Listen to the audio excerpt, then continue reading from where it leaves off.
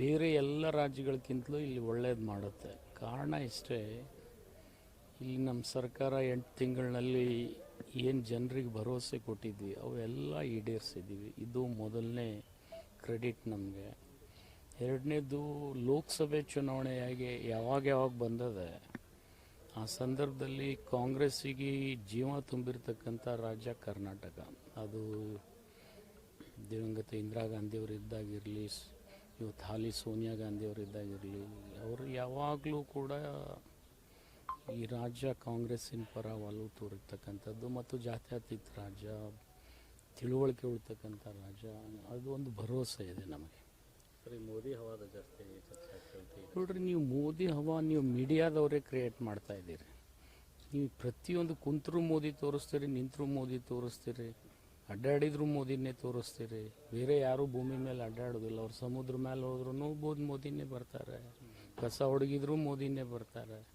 ದೇಶನಾಗ ಮತ್ತೊಬ್ಬರು ಬದುಕಿದಾರೆ ಅನ್ನೋದರ ನೀವು ಇತಿಹಾಸನೂ ಮುಚ್ಚಿಬಿಡ್ತಾ ಇದ್ದೀರಿ. ಹಂಗೆ ಮೋದಿ ಹವಾ ಏನಿಲ್ಲ ಅಂತ ಸರ್? ಮೋದಿ ಹವಾ ಇರ್ಬೋದು, ಅವರೊಬ್ಬರು ಒಳ್ಳೆಯವರು ಇರ್ಬೋದು. ಬಟ್ ಇಲ್ಲಿ 524 ಜನರನ್ನು ಆರಿಸ್ಬೇಕಾದ್ರೆ ಸ್ಥಾನಿಕ ಆದ್ಯತೆಗಳು ಕೂಡ ಜನ ನೋಡ್ತಾರೆ. ಪ್ರಜಾಪ್ರಭುತ್ವದಲ್ಲಿ ವಿರೋಧಿ ಪಕ್ಷನೇ ಇರಬಾರ್ದು ಅನ್ನೋ ಮಟ್ಟಕ್ಕೆ ನೀವು ಪ್ರಚಾರ ಮಾಡಿದರೆ ಪ್ರಜಾಪ್ರಭುತ್ವ ಹೆಂಗೆ ಉಳಿತದೆ? ಉಳಿಸ್ಬೇಕನ್ನೋ ಭಾವನೆ ನಿಂಬಲ್ಲಿ ಇರಬೇಕಲ್ಲ.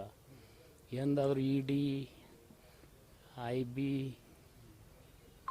ಏನು SBI ಬ್ಯಾಂಕು ಈ ಮಟ್ಟಕ್ಕೆ ಉಪಯೋಗ ಆಗಿದ್ದು ಎಲ್ಲರ ಇತಿಹಾಸ ಇತ್ತು. ಸುಪ್ರೀಂ ಕೋರ್ಟ್ ಹೇಳಿದ್ರು ನೀವು ಅದ್ರ ಬಗ್ಗೆ ಹೇಳ್ತಾ ಇಲ್ಲ.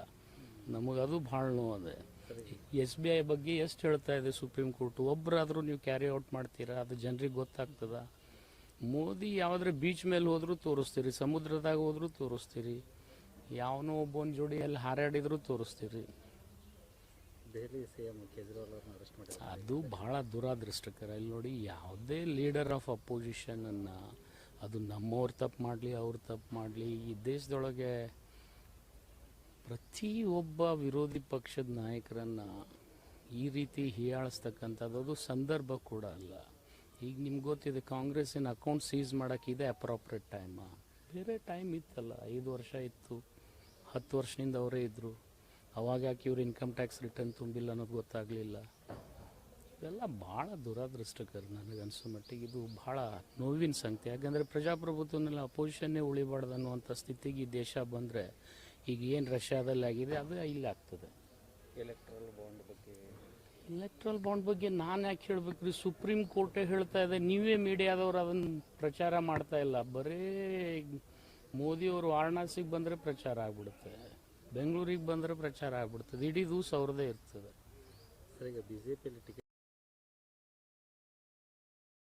ಈ ದೇಶದಲ್ಲಿ ಕೂಡ ಇವತ್ತು BJP ವಿರೋಧಿ ಅಲೆ ಇದೆ. ಆದರೆ ನಮ್ಮಲ್ಲಿ ಒಂದು ಕೊರತೆ ಏನಿದೆ, ರಾಷ್ಟ್ರಮಟ್ಟದ ಒಬ್ಬ ನಾಯಕರನ್ನು ನಾವು ಹಿಂದಿ ಬೆಲ್ಟ್ನಲ್ಲಿ ಗುರುತಿಸಬೇಕಾಗಿತ್ತು. ರಾಹುಲ್ ಗಾಂಧಿಯವರು ಆ ದಿಶೆಯಲ್ಲಿ ಸಾಕಷ್ಟು ಪ್ರಯತ್ನ ಮಾಡ್ತಾ ಇದ್ದಾರೆ. ನಮ್ಮಲ್ಲಿ ಒಕ್ಕಟ್ಟಾಗಿದ್ದರೆ ಪ್ರಾಯಶಃ ಹೇಗೆ ವಾಜಪೇಯಿ ಅವ್ರ ಕಾಲದಲ್ಲಿ ಆಗಿತ್ತು ಅದೇ ರೀತಿ ಈ ಸರ್ತಿನೂ ಕೂಡ ಆಗ್ತದನ್ನುವಂಥ ಒಂದು ಸಂಕೇತ ಇವತ್ತು ಹೊರಬೀಳ್ತಾ ಇದೆ. ಜನರು ಬಹಳ ಆಶ್ಚರ್ಯಕರ ನಿರ್ಣಯ ತಗೋತಾರೆ ದೇಶದಲ್ಲಿ ಅನ್ನಿಸ್ತದೆ ನನಗೆ. ಆದರೆ ನಾವು ಆಡಳಿತದಲ್ಲಿ ಬರುವ ಮಟ್ಟಿಗೂ ಬಂದರೂ ಬರ್ಬೋದು. ಅಷ್ಟು ಜನರ ಮನಸ್ಸಿನಲ್ಲಿ ಇವತ್ತು ಯುವಕರಲ್ಲಿ ಆ ಭಾವನೆ ಇದೆ. ಮತ್ತು ಬೇರೆ ಜಾತಿಯಲ್ಲಿ ಕೂಡ ಇವತ್ತು ಸಂಘರ್ಷ ಭಾಳ ಆಗ್ತಾ ಇದೆ. ಅದ್ರೂ ಕೂಡ ಕೆಲವು ಕಡೆ ಇದೆ. ಸರ್, ಬಾಗಲಕೋಟೆಯಲ್ಲಿ ಲೋಕಸಭಾ ಚುನಾವಣೆಗೆ ಟಿಕೆಟ್